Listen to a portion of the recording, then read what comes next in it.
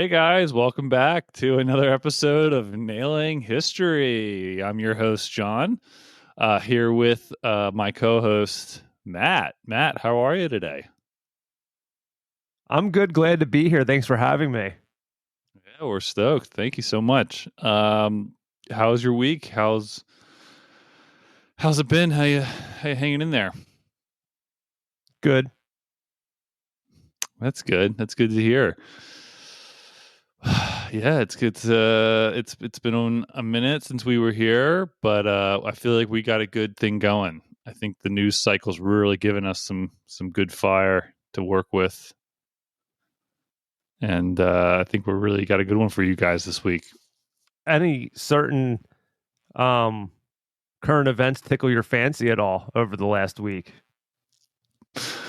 Let's see. Nationally, what else has even really happened? I guess Syria is a big problem again.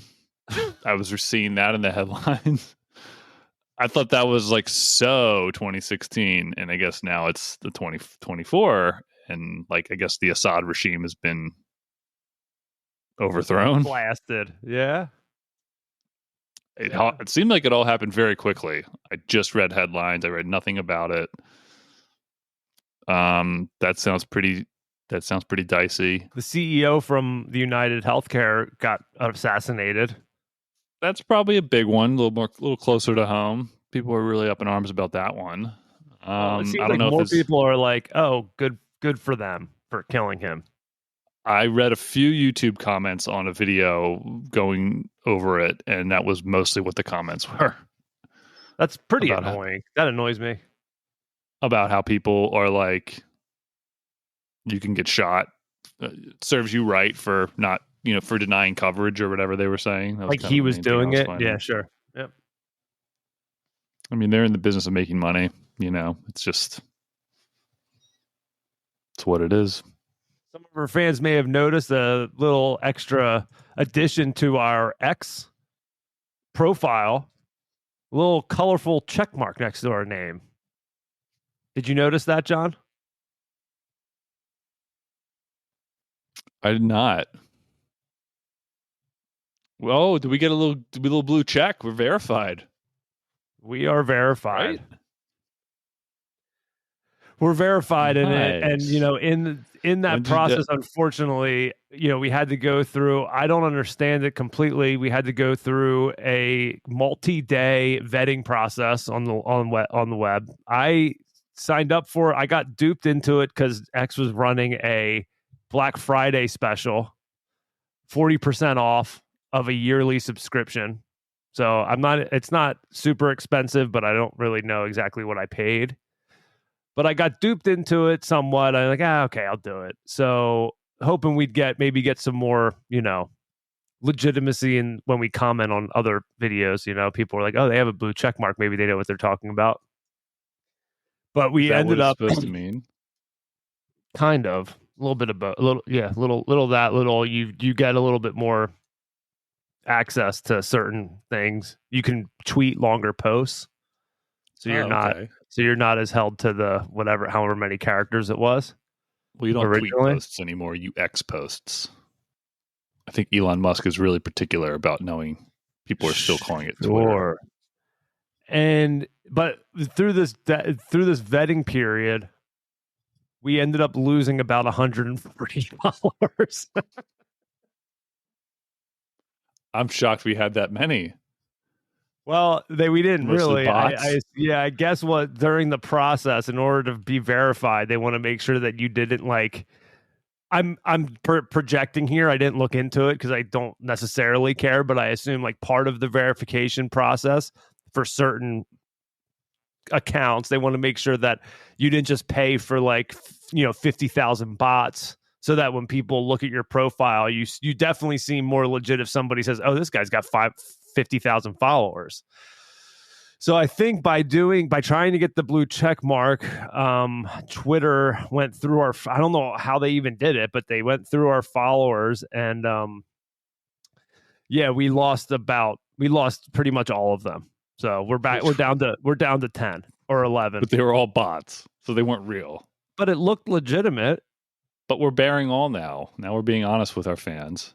And for anyone now. else, I didn't bring it up with you when we were last speaking with one another. Apparently, a certain Haktua girl got in some hot water. Yeah, another one of our followees, not a follower. What happened? She just got wrapped up in the whole crypto? Is that... So I don't know exactly what happened with her name is Haley Welch. We'll call her that. Of meme fame. Yeah, I don't know what exactly. I don't really understand the whole crypto game, but it's definitely not something that I'd particularly want to get involved with, as I don't really know it. I don't think she is too well versed in it. There's these things, from what I understand, there's these things called meme coins. So you have some, I don't know if I guess there's levels of legitimate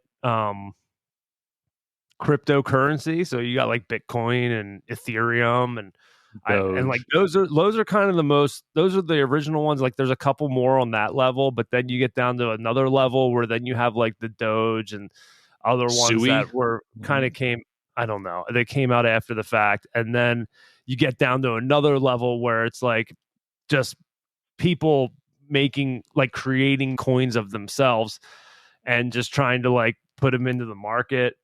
I don't know. I don't understand it. And I don't know if she necessarily did. So what they're saying is she released this coin on a certain day.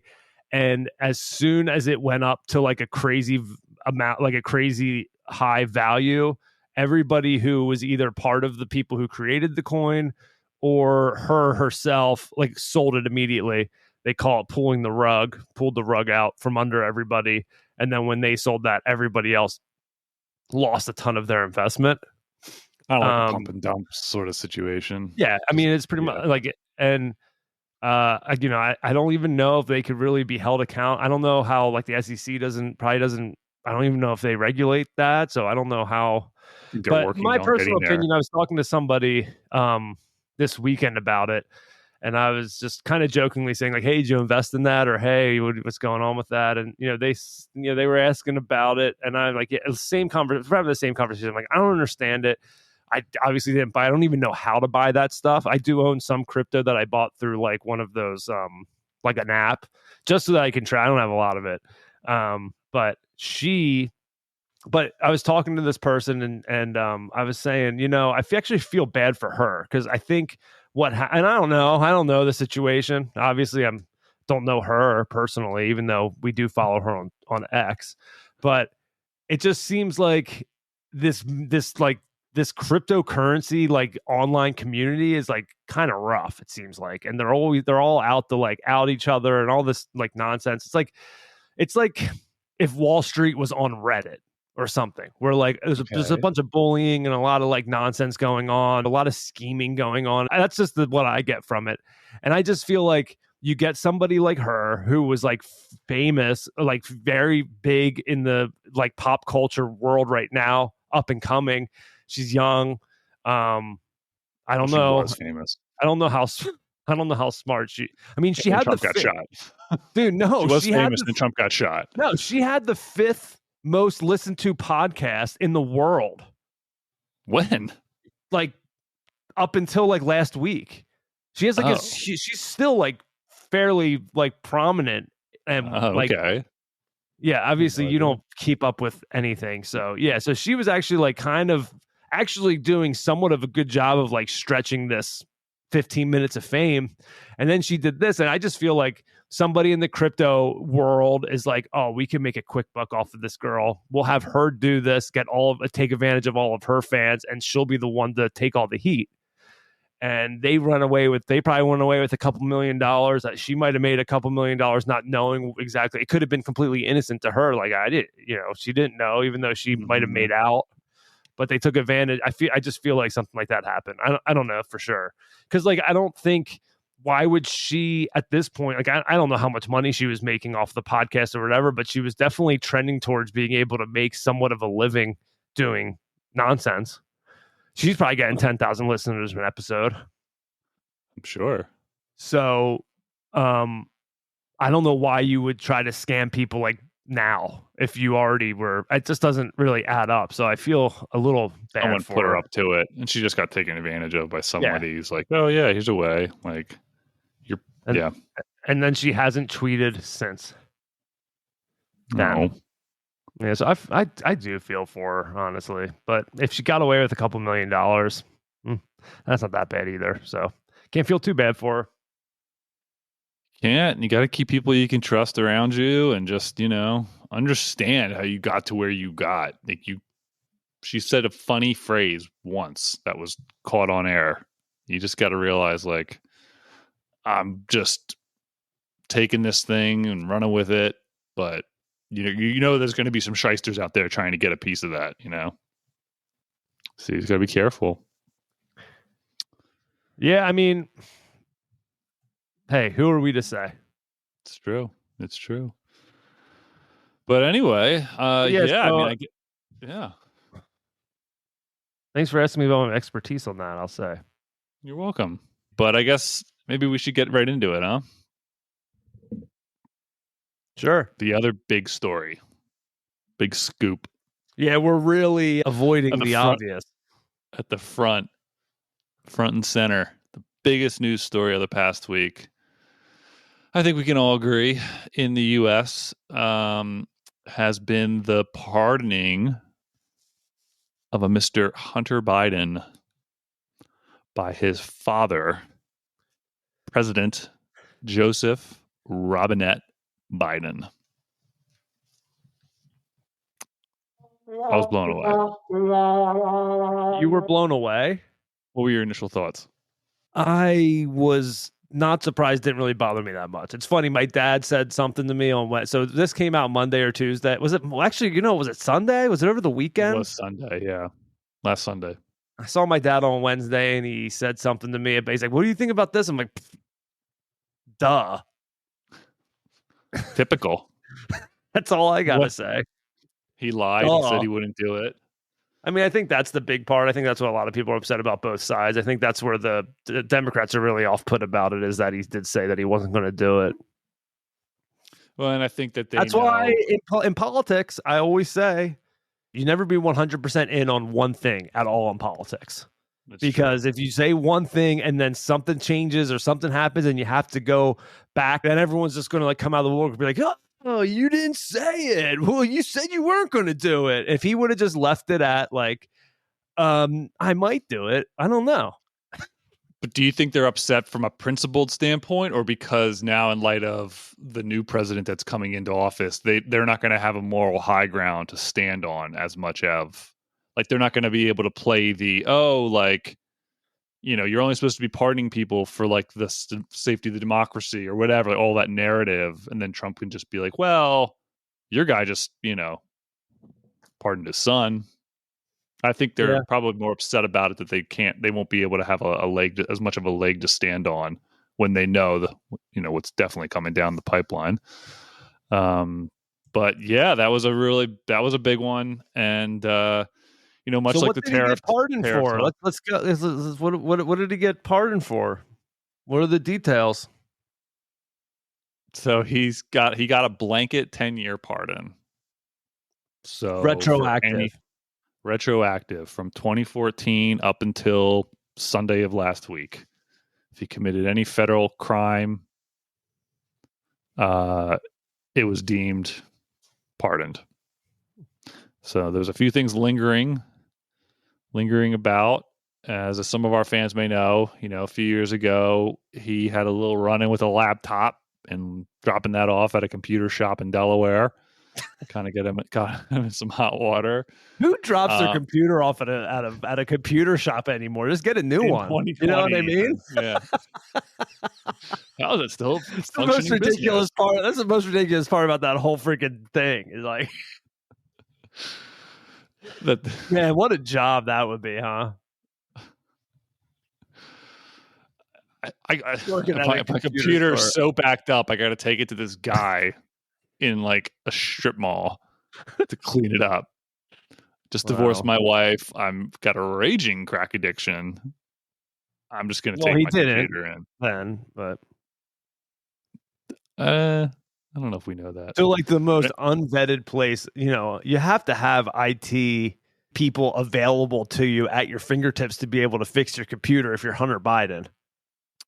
He was a lobbyist for a number of years. He had foreign connections and partners. Yeah, I'm shocked that he couldn't just call somebody and be like, I need a guy who can I'm honestly wondering if like his computer was so bad that he couldn't get it turned on, and then he was worried that his browser history would have been seen by somebody in the government. Yeah, that's every man's 14-year-old boy knows that one. Yeah. And like he didn't want to, so because like if he would have taken it somewhere where they could have gotten his computer up and running, they would have been able to see his internet history, his browser history. So I'm thinking he's like, let me just take it somewhere else. If they see my browser history, whatever, I guess. I wonder if the first thing, people close to him would have been like, well, you're using DuckDuckGo, right? And he's like, nah, dude, Internet Explorer. What's DuckDuckGo? It supposedly doesn't save any of your history. Oh. It's supposed to be like this safe browser that's like not incognito mode like you would have on Chrome. It's supposed to just be like it doesn't save your history. Internet Explorer doesn't exist anymore either. It's Edge now. Yeah. Well, I'm very edgy, so yeah, he had the laptop isn't specifically what he got pardoned for. So you're just being a conspiracy theorist. The laptop was, he had foreign connections in Ukraine 10 years ago in 2014 when his father was still the vice president and kind of responsible for Ukraine matters. Some of our fans might remember there was a coup in Ukraine, a color revolution in 2014, where the government was was taken over and put in with a more Western-friendly government. But yeah, at the time, Hunter had some connections and had made some money from those connections and investments that he had over there. But then from basically 2015 onward, I think it's kind of, unfortunately, I mean, it's just sad. You don't want to see this happen to anybody, but life kind of took a downward spiral. He got, he developed an addiction to crack and alcohol, entered depression. His brother died. Beau Biden died. A lot happened. But the one thing that got him in hot water happened on October 12th, 2018, where he bought a .38 caliber handgun at StarQuest Shooters and Survival Supply in Wilmington, Delaware. And he asserted on a U.S. government form that he was not using drugs, which no one ever does that. I'm sure of it. It's basically been proven. I guess it hasn't been proven, but like he almost certainly was. And I think this is really what I think the question isn't even I own a firearm or two, and so I filled this form out many times or two, and that is a question. It says, I think and I don't know, we could probably pull it up, but I think the question is like, are you or have you ever used any addictive substances? I think it's something like that. So you could argue, I guess Hunter could have argued that, yeah, I smoke crack, but it's not addictive. He could have. That might have been his defense that we're unfortunately not going to be able to hear because of this pardon. Yeah. I smoked crack, but I wasn't. I was cool that day. I wasn't on it the day I filled out the form. Oh, that's another one that they could have done. Yeah. Yeah, but not only, but you're missing there was two things specific things that he had been charged with that he got pardoned for was the gun application, but also, he also like evaded millions and millions of taxes over like the period of like 2015 to 2019 or something like that. Yeah, from his foreign dealings in Ukraine and China. He was a part owner in a Chinese business. Didn't declare it. And apparently as of just like a few weeks, just back in September of this year, he had agreed to, he pleaded guilty to 9 federal tax charges in LA after telling his legal team that he refused to subject his family to more anguish and humiliation, which they've been experiencing for a number of years. And he was also, kind of just going to get pardoned. I'm just going to get pardoned anyway. So yeah, I'll plead guilty. I'm sure that's, you don't think he knew he was going to get pardoned when he pled guilty? Well, it was before the election. I think if maybe Harris won, that's a good point. He wouldn't feel as like needing to. I don't know what he would have said. I mean, Biden said he wasn't going to do it. Trump wins the election. I think everyone knows. Trump's not hiding anything about, I'm going to get the people I want into the Justice Department. I want a clean house. I want my people doing the things I want them to do. So I think, the Democrats are pretty worried about what he's gonna pull from his sleeve. And I guess they just want this, all this Hunter stuff to kind of go to bed before Biden leaves the White House. But the president was on record as saying he would not pardon his son. I don't have the exact date in front of me on when he said that. But like we said a little earlier, that's kind of really what's getting people upset about this whole thing. According to the pardon, the letter that Joe Biden wrote, he said that the reason that he didn't pay the taxes is because he was addicted to crack and he forgot. Again, also someone of his influence, shocked he doesn't have an accountant on retainer. Hey. Or his father wouldn't insist that he should have an accountant. But, we all know the state of the president currently. Sometimes you just have to live and let live.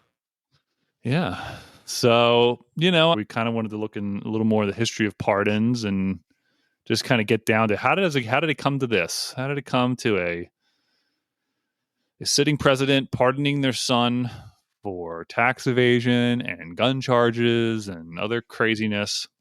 How did we get here? I think, Matt, we could probably both agree, and I think the facts that we're going to get into would back it up, that the Founding Fathers, when they included this power in the Constitution, did not think it would be used for this. It's probably not something they had in mind. Some may have, but they didn't. They weren't the ones who won out, and they saw maybe something writing on the wall. It could be used, for one's own benefit. But we'll get to that. So, Matt, any idea where pardon started from? How it ended up in the Constitution in the first place?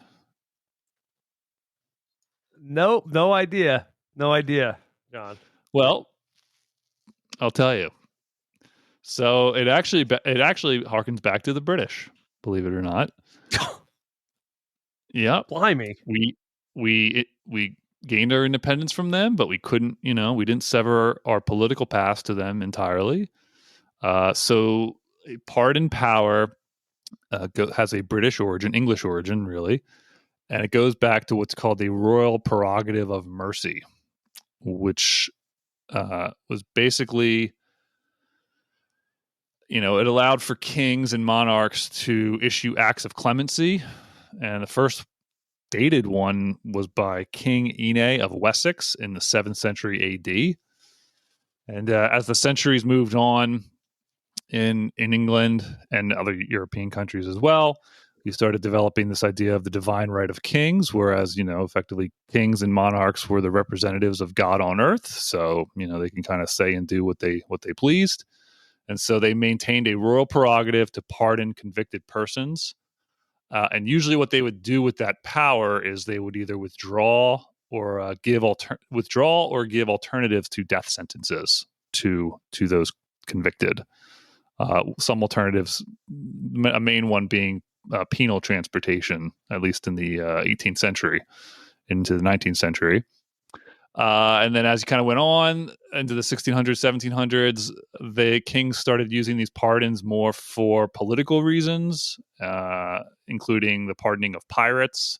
And so that's kind of where the pardoning history started. So our founding fathers didn't just kind of pull it out of a hat saying, well, the executive government or president should have an ability to pardon, whoever they want for whatever reason.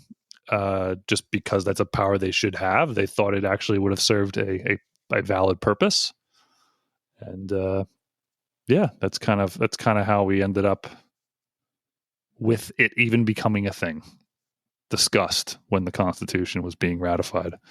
It's locked in Article 2, Section 2, Clause 1 of the U.S. Constitution, which states the president shall have power to grant reprieves and pardons for offenses against the United States, except in cases of impeachment.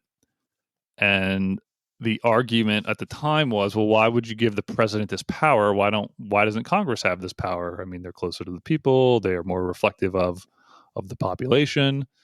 The argument was that it was meant to be, by keeping it in the executive branch, it could be a check on the judicial branch, basically, the justice and the law, basically, and judges who may also abuse their powers. So, if they mistry somebody, there's laws on the books. Let's say someone's then hauled into court.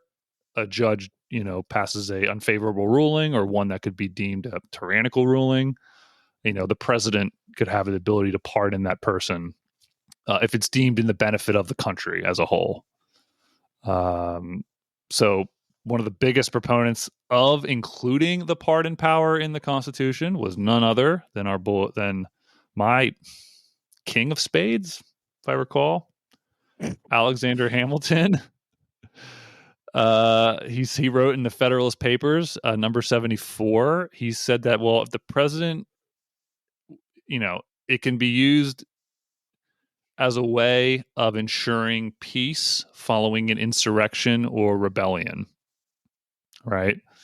So it was meant to be well timed and, very particular. So they had a very, it was meant to be used specifically for acts deemed injurious to the United States, but after the fact can be seen as to the benefit of the U.S. and as a way to kind of move forward and build peace and build that tranquility. And I think another argument Hamilton had made was that by keeping it in the executive, it could be more expedient. When you do keep things in Congress, they can maybe slow things down a little bit for good or bad. But yeah, I know there were those that definitely fought against it. You had our good old anti-federalists. And one of the big heavy hitters in that group, George Mason, said at the Virginia Ratifying Convention, he argued that the president ought not to have the power of pardoning because he may frequently pardon crimes which were advised by himself. So he saw it from a very early stage as it could be used as a political tool, as a political weapon for presidents to basically engage in criminal activity and using a pardon as a cover for that activity. So basically encouraging corruption and tyranny. Correct. It's tyranny, dude. It's tyranny. Big time. So, and I think he saw the writing on the wall back in the day. Yeah, I think one thing that I came across as far as how this pardon, how the power of the pardon has been strengthened over the years. Something happened in I think it was a Supreme Court case in 1886. It's called ex parte Garland, I guess is how it's said. But basically what happened was in 1865, after the Civil War, the U.S. Congress passed a law basically trying to keep anybody who was involved in the Confederacy out of Congress and out of government by forcing them to pledge an oath that said that they had never served in the Confederate government. But as we'll get to, all the Confederacy in general was pardoned after the Civil War. So this guy, Augustus Hill Garland, who was a former senator from Arkansas in the Confederate States, he said, hey, the Congress isn't letting me join because of a crime that I've been pardoned for. I shouldn't have to face that because I've been pardoned by the president. So that he brought that to the Supreme Court. The Supreme Court actually ruled in favor of this guy Garland, saying that the president's authority to pardon is unlimited and extending to every offense known to the law and able to be exercised either before legal proceedings are taken or during their pendency or after conviction and judgment, which made a point to say it can't be done before a crime is committed. Now, at that same end, what John was getting to is there are ways that the government can check these pardons. Congress has the ability with impeachment or other constitutional tools that are able to, check his pardon. So if he pardoned somebody, he could be impeached for that pardon. I don't think that's out of the question, which I think is the check there. I don't know if it would ever happen. It would have to be something really crazy because it hasn't happened yet, and we're going to be getting into some pretty crazy pardons here. Self-pardoning too. We haven't seen that yet either. A self-pardon, which is the discussion too. And the other thing I wanted to bring up, it's only federal crime, so state criminal offenses or federal or state civil claims cannot be covered in the pardon. Right. So John and I we just wanted to go through, we're no experts on law or pardons or anything like that, but we wanted to go through and kind of give our opinion on a couple pardons that we saw in history and kind of categorize them as what we would consider a good pardon or one that we feel follows the original intent of the Constitution, and then a couple that might be considered bad pardons in a sense, or that we feel maybe an abuse of power or not really achieving the goal that was the reason for giving that president the power. And if the president is acting in a moral way and character, as per his oath to defend and uphold the Constitution. So the very first pardon ever was done by President George Washington for the Whiskey Rebellion, and it was pretty controversial in large part because it was the first one. You're breaking the mold. But I would say it's almost too long to get a pardon, and it's pretty wild. I think they'd be like when they wrote the Constitution, like, yeah, we'll put that in there. It's never going to happen. Yeah, they'll never use it. But little did they know.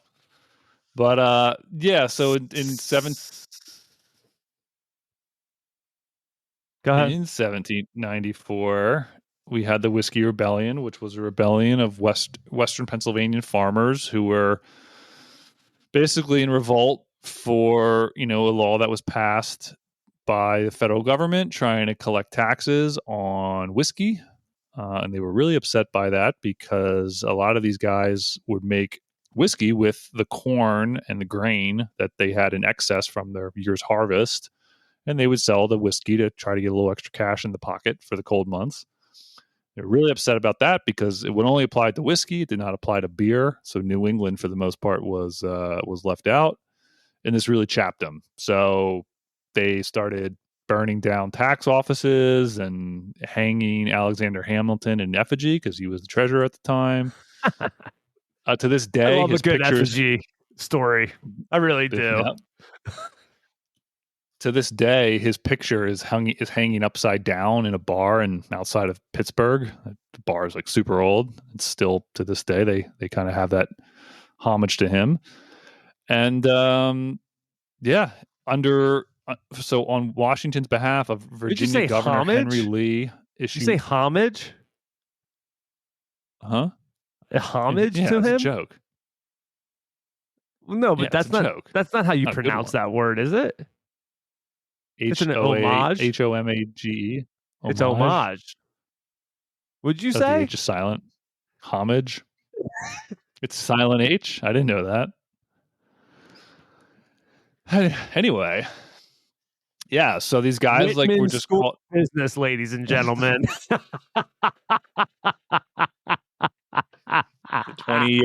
20 year in existence, Whitman School of Management. Yeah. So Washington, he called in troops to quell the opposition. It was getting crazy. People were getting tarred and feathered. Tax agents were getting tarred and feathered. So these tax guys, if you were an early tax collector working for the pre-IRS back in 1790s, you must have been such a geek, dude. What a narc. Well, guys, I need your taxes. Got this new republic. You see here? Got my boss, Alexander Hamilton, sent me out here to get the money from you. Hey, you're making that whiskey there, boys. Oh, let me get some of that. I gotta get your money. And just imagine showing up on these farmers, dude, just living the hard life, Western PA. Yeah, like working in the field, working on the field like 15 hours a day, and then you come in with your suit on. You're like, we're trying to build we're trying to build a new capital in Washington, D.C. It's a swamp now, but it's going to be great. You're going to love it. You're going to love it. They'll be like, why are you building on a swamp? It's a good point, see? Well, because my boss, again, Alexander Hamilton, he made a deal with the South saying that if we move the capital from New York City to somewhere more south, they'll assume our debt, the state debts. And that's when I got a job, see, because we needed to collect all this money to pay for those debts that the states incurred during the revolution. So here I am. Give me your money. Money, please.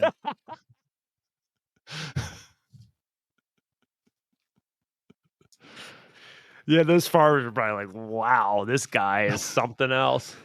Oh, and by the way, New Englanders don't have to pay the tax because they make beer, and I can't really tax that much.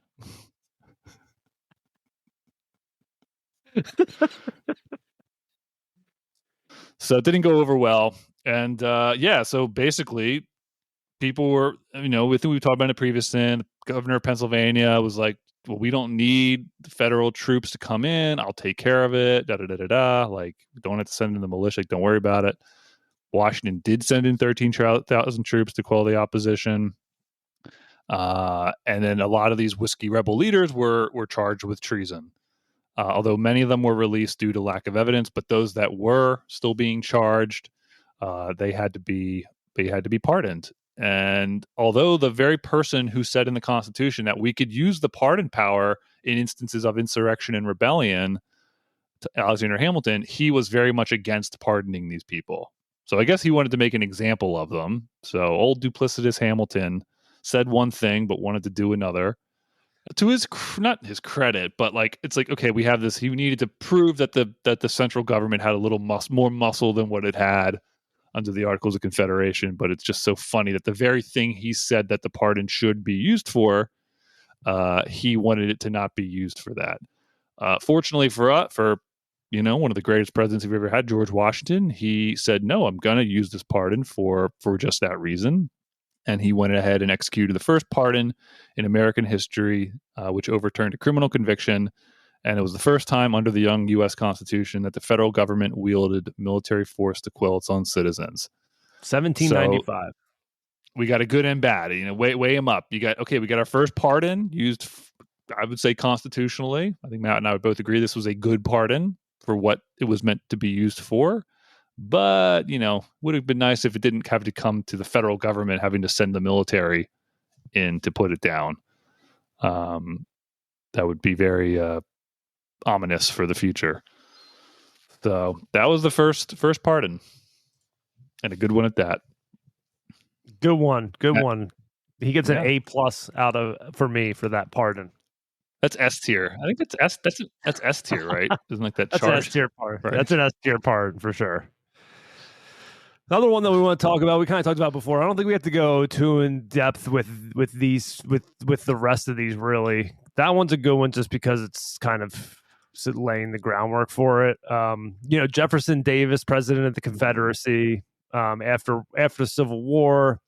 Basically, we kind of talked about this, I think, before talking about Abraham Lincoln. One thing that probably isn't talked about as much, I guess you could say. There's a lot of talk about how he freed the slaves, blah, blah, blah. But one thing was welcoming the South back with open arms. He felt like, we don't want to keep this thing going. We won the war. We don't want to rub their noses in it. We just want to, let's keep moving forward. Let's get these guys back on board so we can strengthen back the Union to what it once was. So he wasn't able to do it himself, but his boy, Andrew Johnson, who was his successor, to kind of carry out his plan for Reconstruction as far as, welcoming them back. As far as he could, but So he was pardoned, but the charges for the treason were never. So he was. So Jefferson Davis was arrested for treason in 1865 at the end of the Civil War. He was in prison for 2 years in 1867. Andrew Johnson granted a full pardon to Davis, but although he was pardoned, the charges for treason were never formally dropped. So he never regained a significant role back in politics. So he didn't have to. Basically, there's different levels that you can pardon someone too. Like you can pardon them and wipe it completely clear, or you can pardon them in a sense that, like, let's just get him out of jail. So there's different levels. So he never got, I mean, not like he would have been able to get a job anyway. It's not like he would have been like, my name's Davis Jefferson, I'm here to run for for Congress. I feel like people knew who this guy was. I'm here to be a tax collector. I can't do. Yeah. So former Secretary of War. So I mean, I think that was a good one. Again, it was the purpose of that pardon was to unify the country, like I said. But it did kind of, tick off some Republicans, and actually, like in unifying it, I think it also rifted it a little bit. Like, well, he had to do it. He had to wait until Congress was out of session to pardon other Confederates and Southerners on the condition that they would take an oath of loyalty to the Union. So he couldn't even pass the pardon while Congress was in session because the radical Republicans that basically wanted to throw the book at the South, they did not want to do what Lincoln said and let him up easy. The radical Republicans, Thaddeus Stevens, Sumner, others from the North, they wanted to throw the book at the Southerners and not grant pardons, and they wanted to basically make them pay for everything, but Johnson was not very liked by a lot of those Republicans, as Matt said, and so he had to kind of do it on the sly a little bit, and he did it, but it was certainly it was very fractious, and it wasn't done. I think he had a good intention. I think Lincoln did have a good intention. I think he was correct in what he was going to do had he not been shot. And it would have been interesting to see what could have been had Lincoln not been shot. But yeah, Confederates and Jefferson Davis, the first among them, was pardoned. And also an A+, maybe S tier. I give him, I give him A tier because it did probably put a little bit more division between the Democrats and Republicans. Let's give him an A tier for that. So another one, Vietnam draft dodgers, 1977, Jimmy Carter. So, Vietnam War was a pretty contentious time. We didn't live through it, but our parents did, so we know a little bit about it. A lot of people didn't know why we were over there. We won't really get into that. So people fled to Canada. They sought exemptions. They just bounced and didn't, avoided the draft. And, if they did that, you either got caught, you went to jail, you were stuck in Canada, couldn't come back, or you'd go to jail if they caught you coming back over the border after the war. So Jimmy Carter wanted to pardon them. So he did. Another way to kind of like say, like, let's put this whole Vietnam War, because at this point, and it didn't, again, this probably didn't help solve this too much, but a lot of people who fought in the war didn't like the people who dodged the war, and there was a lot of that going on. So Jimmy Carter, maybe to take it upon himself to say, like, everything's forgiven, it's over, let's put it past us, let's do it. But I will say it only applied to those who had not committed violent acts or been convicted of war related crimes. So if you incited a riot or something as part of your draft dodging, which I think happened a lot or whatever, you didn't get pardoned. It was only for the peaceful people, that. So it didn't pardon anybody for blowing up a government building because they didn't want to go to war, which I don't think happened, but something didn't happen. So so the insurrectory behavior was not pardoned if you were a draft dodger. Yes. Okay. I think on that score alone, we got to give it. Wait, what's after A? I'd give it a B. Or below A? I'd give it a B, but I don't know. It depends on the violent acts, though. But think about the Whiskey Rebellions. They were tarring, feathering tax collectors, and they all got. Well, tax collectors probably deserved they were insurrectory and rebellious. It's a rebellious act just by drafting. I'll give you that. Dodging the draft. We'll give it a B. But it's okay, as long as they weren't destroying private property and other things, private things, and it was just they were making a lot of noise. Yeah, I think it's a B. That's a B for me. All right. The next one that I got here, Susan B. Anthony. This is a little bit of a different one. This is kind of a different approach to a pardon, I would say, that might be considered somewhat good, but also doesn't necessarily follow the original intent. I'll get to that. Susan B. Anthony, the suffragist, back in 1872, she was convicted of voting illegally as a woman when they weren't allowed to vote. So I don't know if she pretended. I don't know if she pulled a Deborah Sampson and like dressed up as a woman or dressed up as a man to vote. I don't know, but she voted illegally. She got caught.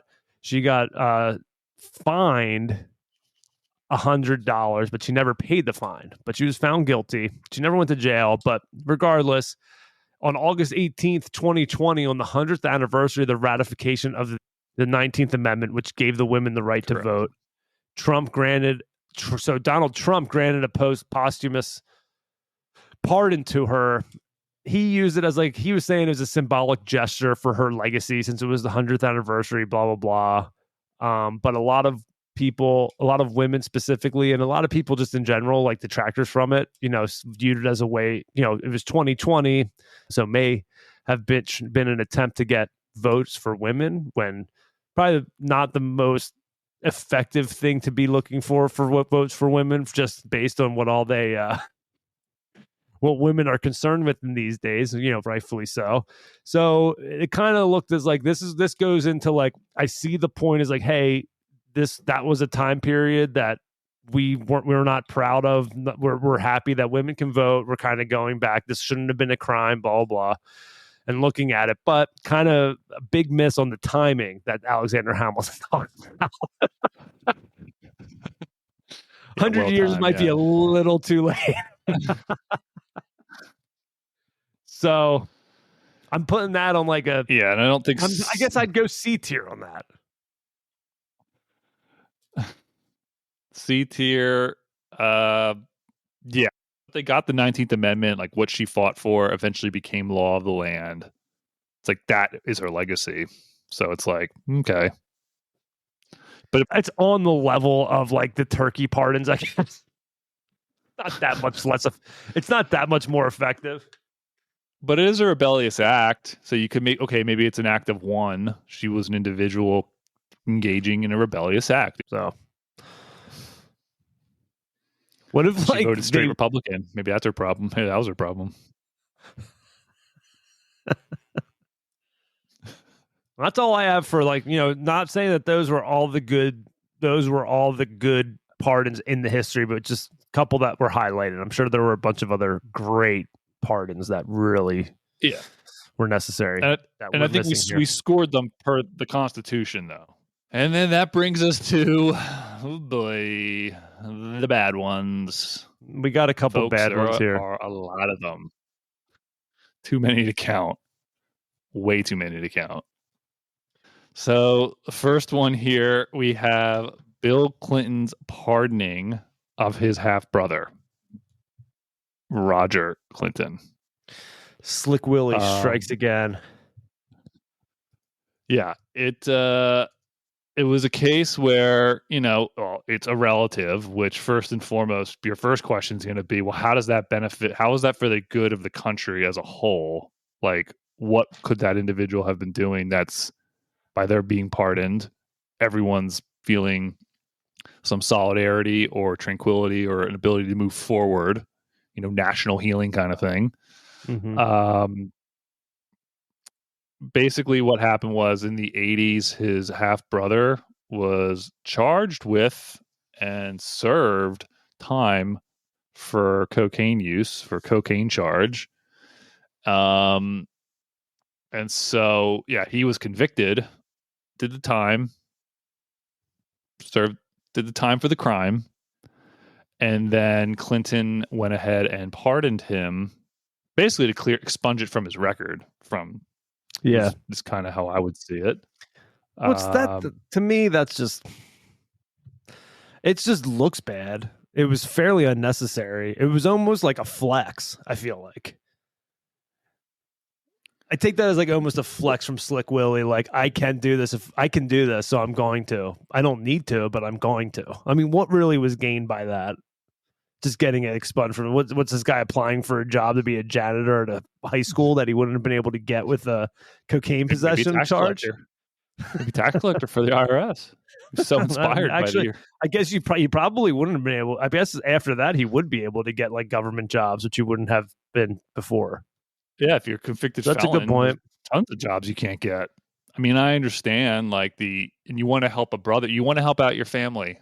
Everyone does. If I could wipe away the crimes of I don't have any felons in my family I'm aware of, but yeah, of course you want to wave a magic wand and be like, I want that to be expunged so you can live a fair life moving forward. But when you're the president of the United States, you're held to a higher standard, in my opinion, or at least you used to be.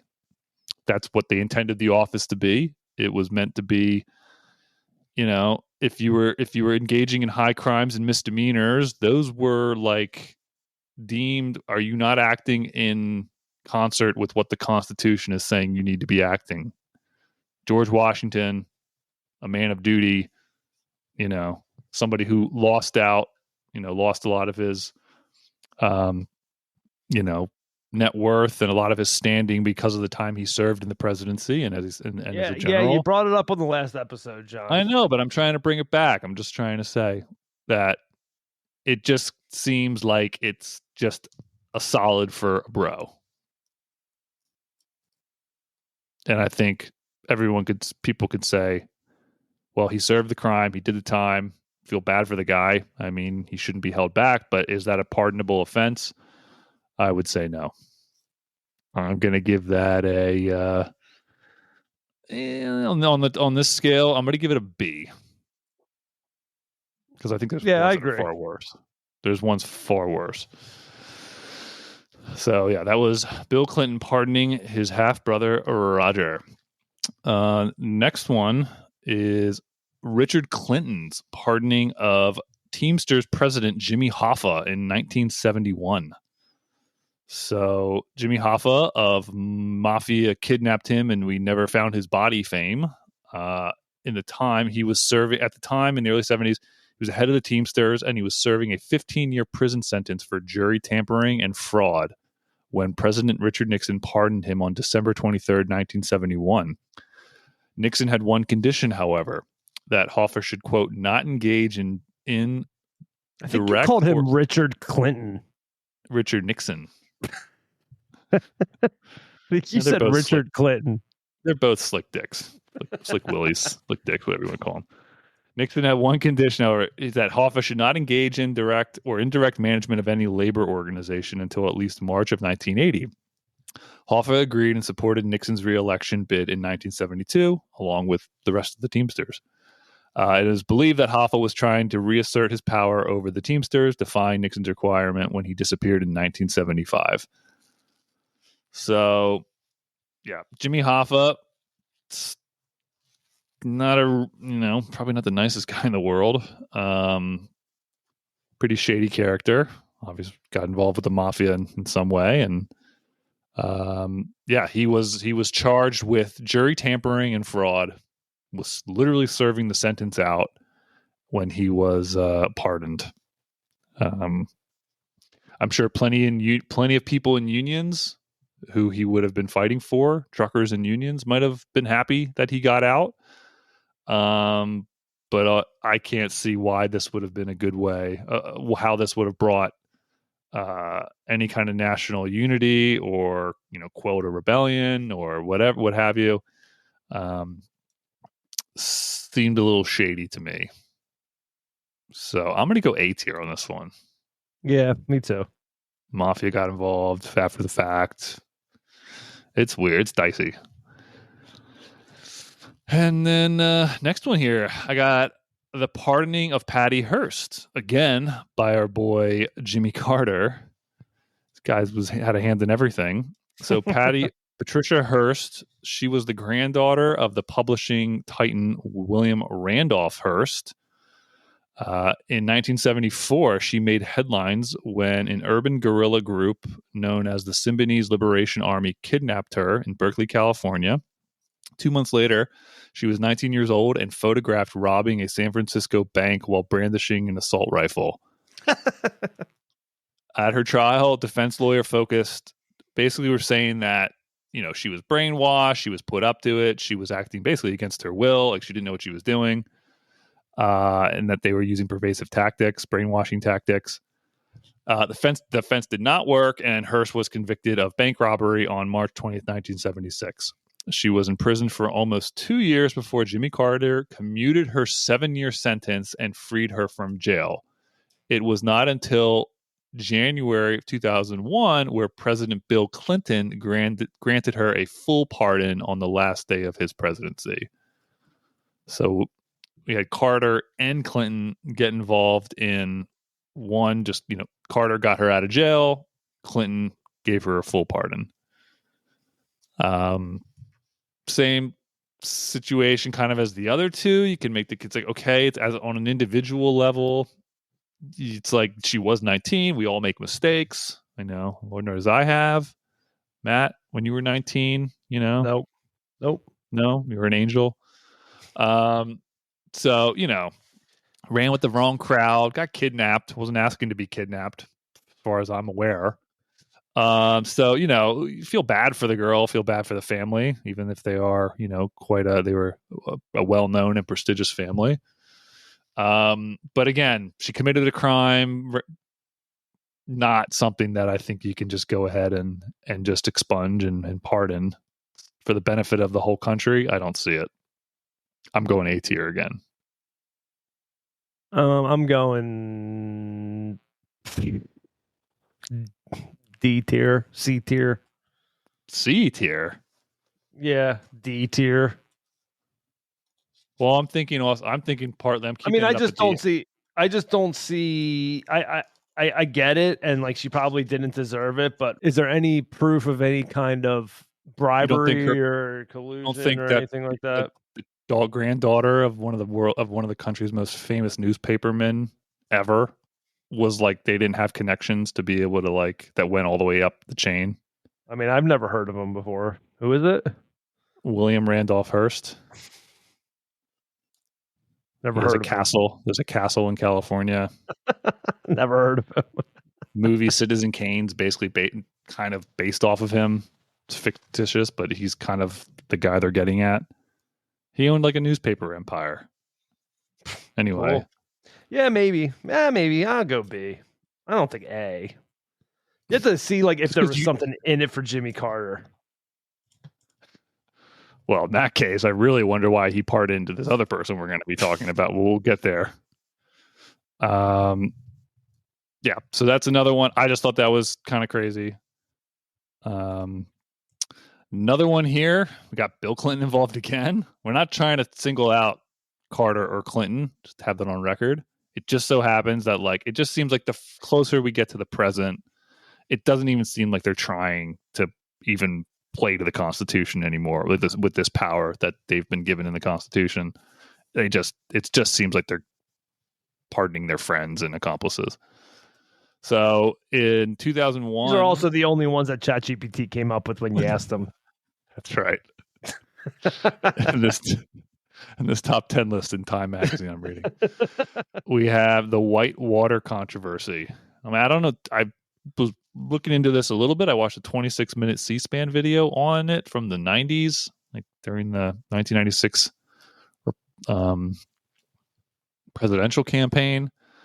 The Republicans were kind of speaking out against it, but I don't know all the ins and outs about it. You seem like you kind of had a handle on it. Who? Do you want to? The Whitewater controversy, or I don't know much. It was something like the Whitewater pardon. The Clintons might have been involved in Arkansas. There was a Whitewater housing development that got into real estate, and I don't know. The Clintons were involved somehow. I don't know, or the Clintons maybe were involved. It was never proven, right? Yeah, they kind of covered their tracks, and there were these people, the McDougalls, who were indicted and I think convicted for. It was like a Ponzi scheme, wasn't it? Yeah, effectively a Ponzi scheme. Yeah, to create these vacation homes on this river in Arkansas, and it went bad, belly up, and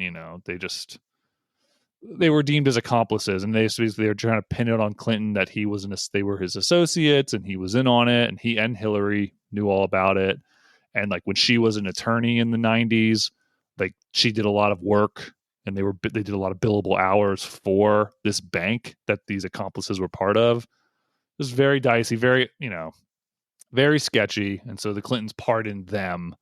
And just on the surface, if people are asking those questions, it's like, well, what's your involvement with them? It just doesn't look good. It just looks, it's not reflected very well. Pardon Susan McDougal, who was She was a real estate investor who served prison time as a result of the Whitewater controversy. Yeah, apparently she spent 2 years in prison for contempt of court because she refused to testify against Clinton. So and then she got a pardon. Something. And then she got a pardon. She kept her mouth shut. She did, but yeah, obviously there's not much of a threat of when Bill Clinton's president is like, I'll just get pardoned. S tier on that one. He's going S? I think so. That one bothers me a lot because it's like a potential that they're trying to, exactly what George Mason said of like trying to cover what their like crimes that they, what was the wording? They themselves were involved in having fall guys that they can then pardon after the fact. Yeah. It really seems like that. So I mean, that's exactly what they were warned against. So I'm going S on that one. And apparently it was a very big pre-Monica Lewinsky. I just feel like when we think back of Clinton's presidency, like all like the drama that was it, I think Monica Lewinsky really obviously took the cake like by the end of his term. But this Whitewater controversy, this was like the biggest deal even before he came into the presidency. And like during his reelection of 96, like it was a really big deal. Now we're going to get into the absurdities of pardons.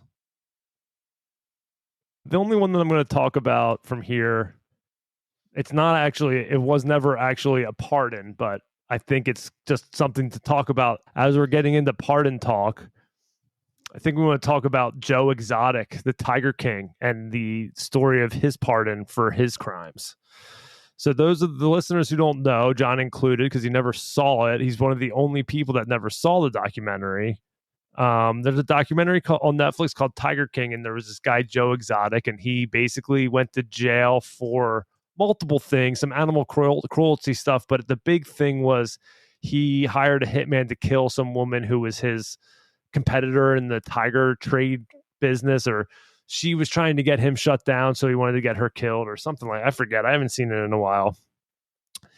But anyway, he's been in jail. He's sentenced to like 22 years or 20 some years in prison, and he thought that he was going to get a pardon from Donald Trump before his presidency was over. So much so that he had a limo waiting for him outside of the prison in preparation for his release. So he's just like hellbent. He thought that he was unjustly, convicted and treated poorly and all this nonsense. I guess in his mind, he had Trump's ear because at one point Donald Jr. used his mugshot superimposed with Trump's face on it to like, I don't know, for some social media post about I don't even know what the context was, but I just know that was done. So he thought that like, I'm in with this family. They have solidarity. They have solidarity with me, and they like he gets it. I think that's what he really took from it. But ultimately, he didn't get it. He didn't get pardoned. And the day that Trump left without getting a pardon, Mr.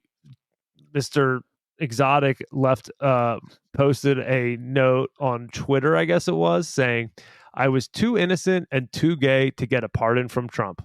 I only mattered to Donald Jr. when he needed to make a comment about me to boost his social media post. Boy, were we all stupid to believe he actually stood for equal justice. His corrupt friends all come first." And so he didn't get it, but breaking news, he still wants to get one, and he still thinks he's going to get one in 2025. So much so, he is asking to be the fish and wildlife director in his cabinet, claiming hundreds of millions of dollars are being wasted on the department. So he's like, Trump, can you pardon me and then give me a job? And I just have a side note here that Joe Exotic is currently engaged to a fellow inmate who is from Mexico. Just in case anybody needed an update on Joe Exotic. Lovely. That's lovely. That's pretty funny. I mean, that would have been like a classic. Might as well have done it. I mean, is it that much different than? Well, I guess I don't know. What the Whitewater? Yeah, a little more above board. It seemed a little more above board. I was like, well, whatever. Come on, let me out of here and I'll work with you. It doesn't seem as much smoke and mirrors with old Joe Exotic. It's the real deal.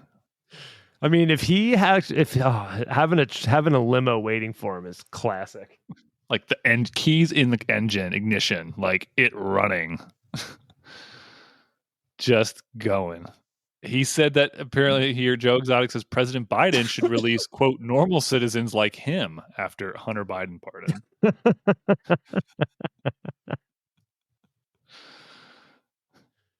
I mean, I just think it's not the best strategy of getting out of jail is trying to get a presidential pardon. I think there might be, if you really think that you've been wrongfully convicted, I think there's probably a more like straight shooter type, maybe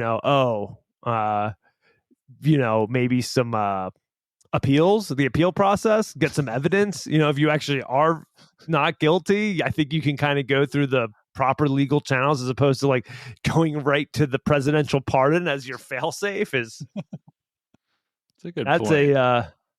That's a bold move, bold strategy. Definitely playing off of the Netflix. Hey, I was on television. How much y'all made a lot of money off me.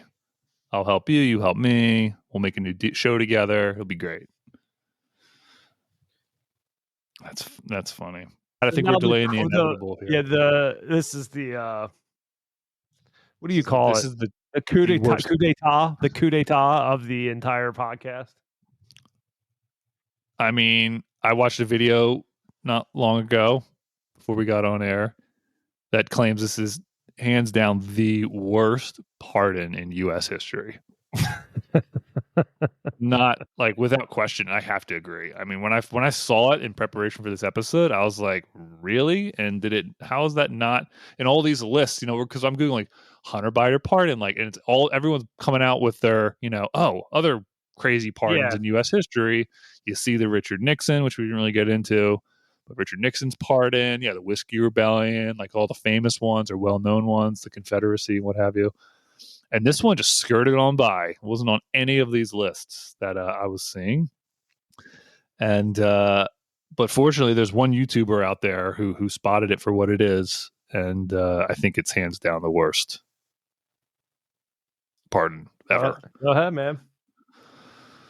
So in 1970, Peter Yarrow of the folk group Peter, Paul, and Mary was convicted of molesting a 14-year-old girl in a hotel room. It's a hotel. Doesn't matter. The hotel room or his. Yeah, it was a hotel room. She came to get an autograph from him after a concert. Her and her like 17-year-old sister. And this guy, Peter Yarrow, answered the door butt naked and had her, we won't get graphic with it, but he started off naked. So yeah, that's what he was walking. That's what she was walking into. And so Peter Yarrow, maybe just back it up a second here, of Peter, Paul, and Mary fame, sang the song. Their biggest hit was "Puff the Magic Dragon." That's all I know about it. Live by the sea. Other tracks they had were "Leaving on a Jet Plane." Well, that's the full title. I'm leaving on a jet plane. It's a good scene in. I brought this up. I think I brought this up in a couple episodes ago. Maybe possibly the last episode.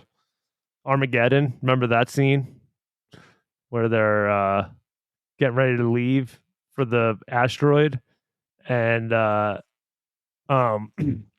Liv Tyler is like watching them or whatever, and AJ, who is played by Ben Affleck, is like saying bye to her, and they run into each other, and he sings the song.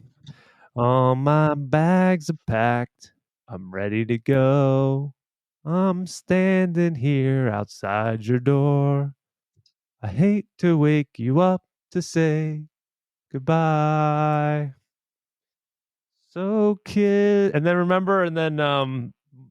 Michael Clark Duncan's like, leaving on a jet plane, don't know when I'll be back. And then Steve Buscemi, leaving on a jet plane. You don't remember that scene? It's good. I haven't seen the film. And then Bill. You've never seen Armageddon? No. Dude, are you serious? It's about an asteroid or something coming to Earth. Dude, it's one of my Aerosmith favorite sang a movies. song about it. It's one of my favorite movies. It's good. It's real good. Sounds like a great soundtrack. So I was saying, so in 1970, he was convicted. I think the act happened in 63. There was a couple instances, but they came out after the fact. So like years later, as of like 3 years ago, it became there was another thing. But anyway, we won't have to get into that. So he was convicted in 1970 of molesting a 14-year-old girl. And in 1981, on the eve before he basically left office, President Jimmy Carter pardoned him. It was the first, and to this day, the only example of a sitting president pardoning a criminal for a crime against a minor, sexual crime against a minor. I mean, that's like the worst possible thing to do. And then the optics of pardoning that person is absurd. But the optics were kind of more after the fact because, and people wonder, well, was this kind of a setup and was it done intentionally when he did it? Carter's not on record of, even after he left office, of explaining why he decided to pardon Yarrow. But when he issued the pardon, it was basically when the Iranian hostage crisis was going on. It was like as he was leaving office, and that was on the news. That was all over the news. Was these hostages taken by Iran, and what's Reagan going to do when he comes into office?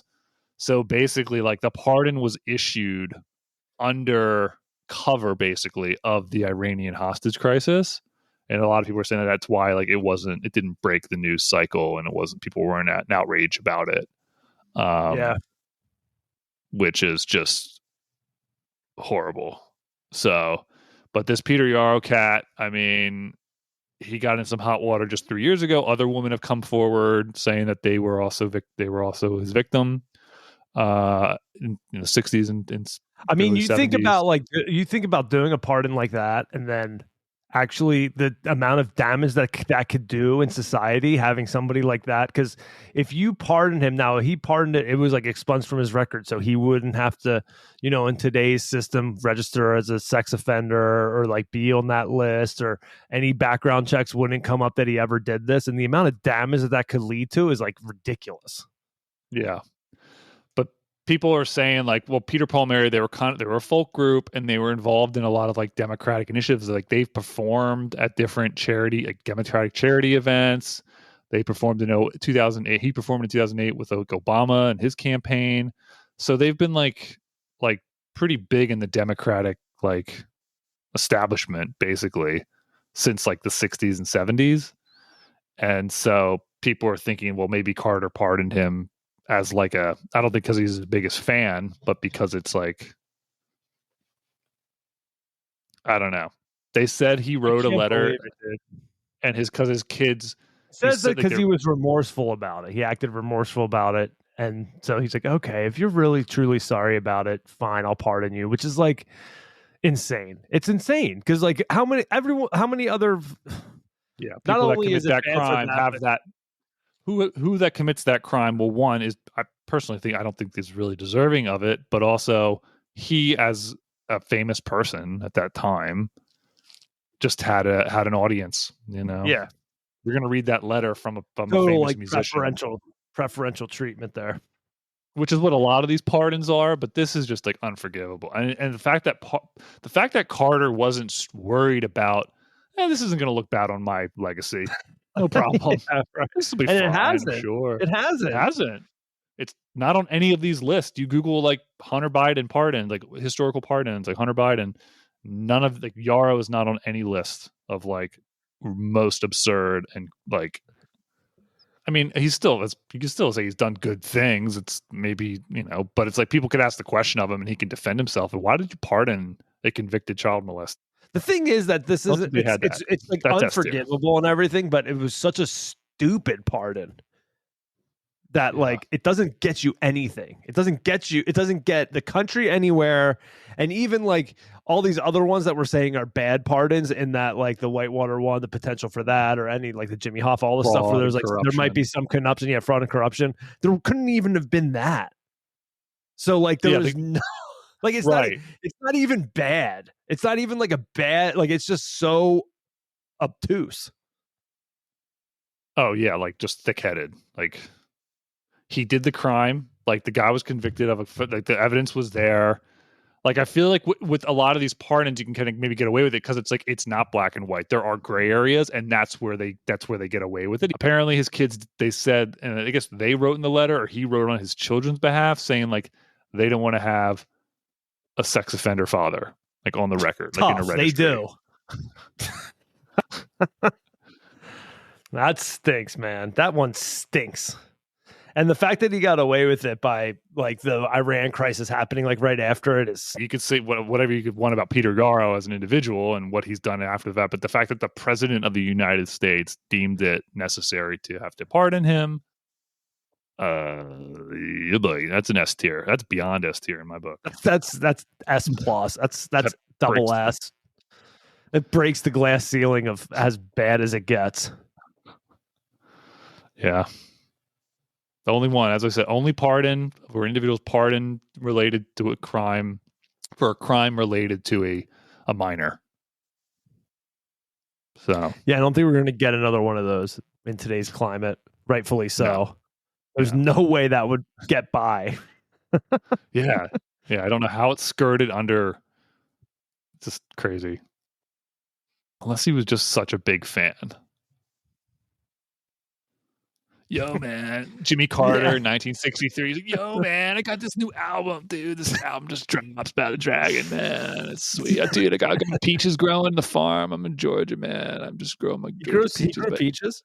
He was a farmer. Peanut. No, was peanut. He was a peanut farmer. That was what he ran on. It was like his whole campaign. He's like, I'm the peanut farmer guy. Yo, man, I grown peannuts. I'm in nighttime, man. I just put on this album, put this track on. Maybe his kids wrote enough. Maybe his kids wrote a heartfelt enough letter on their dad's behalf. Like in crayon.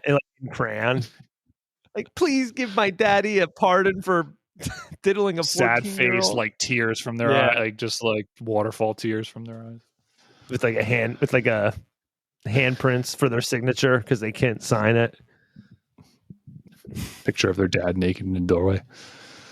Here's the real question. Do you think Biden should pardon the January 6th people while he's still in office? I think if he does, that would be an S tier move, a good move, because that would be in spirit. That would be an S tier. That would be an S tier level of the use of, for sure. Well timed. One, well, it doesn't allow his other political counterpart to do it, because when he does it, it's only going to inflame. It's not going to, like, calm the waters. Now, would it tick off Biden's base if he has one anymore, and other fellow Democrats and people that aren't against it? I'm sure, but I think in the spirit of what the power was said to do in the Constitution, I think that's in line with what Hamilton would. It's almost like a textbook use of it. Exactly. I would agree. Now, people committed damages. You could like charge people for like civil damage, like things they've I mean, you could do the same thing as like pardon some of them and leave the worst ones in. Yeah. Yeah, like the draft dodger thing, right? There was carve outs. It was like, oh, well, if you did things that were really, really bad, but like for 95% of the people that maybe just walked on into the Capitol because they were just in a crowd. Yeah, I don't know if I don't know who all went to prison for it, but you could he could maybe find a couple of them to do it. It could be a way for the Democrats to come back and try to retake the moral high ground, where it's like the whole thing with it is like, it was an attack on our democracy. It's an attack on our democracy. They were hammering that home. I mean, to try to win an election. I don't think they were saying that to be principled about anything. But if they want to kind of come at it from a position of saying like, No, like, yeah, we did lose. Actually, we need to be serious about healing now. And while we understand that was an attack on our democracy, we have to believe that, by pardoning these individuals, it'll be the first step towards, a national healing. And then they got to just play to the middle. They play to the silent majority. That's just like, oh, that actually kind of was a cool move. Like, again, we all make mistakes. That would be an epic move. I mean, I just put it on record that I think those buttholes should stay in prison. I think they should have gone to prison. So I'm going to say that much. I'd say, like, to the same end, where, like, if they got pardoned, it's like, oh yeah, okay, well, that's for the reason that we're talking about here, but it's definitely not a pardon for the reason that they shouldn't be in there. Yeah, I mean, you can't just go on property and just, you can't just behave that way. There has to be, but it needs to stop being so politicized. And if the Democrats choose to do it, I know they'll be doing it for political reasons to try to make themselves look better. But I think it never can't be needs to eventually happen. Like, it can't just be like the side that has their guy, they're always going to pardon their guy.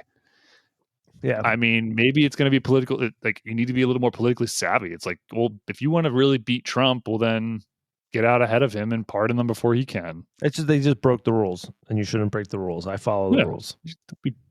I don't want to live in a society where people go breaking stuff, and disrespecting property, even if it's government property. Like, you need to have the rule of law, as I learned on my citizenship test that you barely passed. I did good. Get the heck out of here. Barely passed, please. I don't think. All right, well, I think that's pretty much all that we have. I just wanted to let the fans know we're trying to put together a best of episode to wrap up the year here, the year of 2024. So I wanted to get some input from the fans of what their favorite moments may have been of the show of the past. I guess we started this thing in March, February. Mm-hmm. Yep. So not a full year, but want to get a kind of a best of show and kind of go through them. John and I'll reminisce on all the great moments that we had here. So just looking for anybody's favorite moments. Shoot us a text or hit us up on Twitter, and we'll play them on air and reminisce. Well, fun time together. All the memories. And hey, maybe we'll learn a thing or two again, because I can't remember half the episodes we did. So, because you don't listen to them. I have amnesia. You have selective amnesia. Yeah, that's true. It's a 990 effect. I select what I choose to remember. Like Jimmy Carter selects his pardon cases. You won't remember that in 3 months. I won't. No, of course not. It's for the best. Yep. All right. Well, with that, we'll see you guys next week. See you guys. Thanks for tuning in. Stay curious.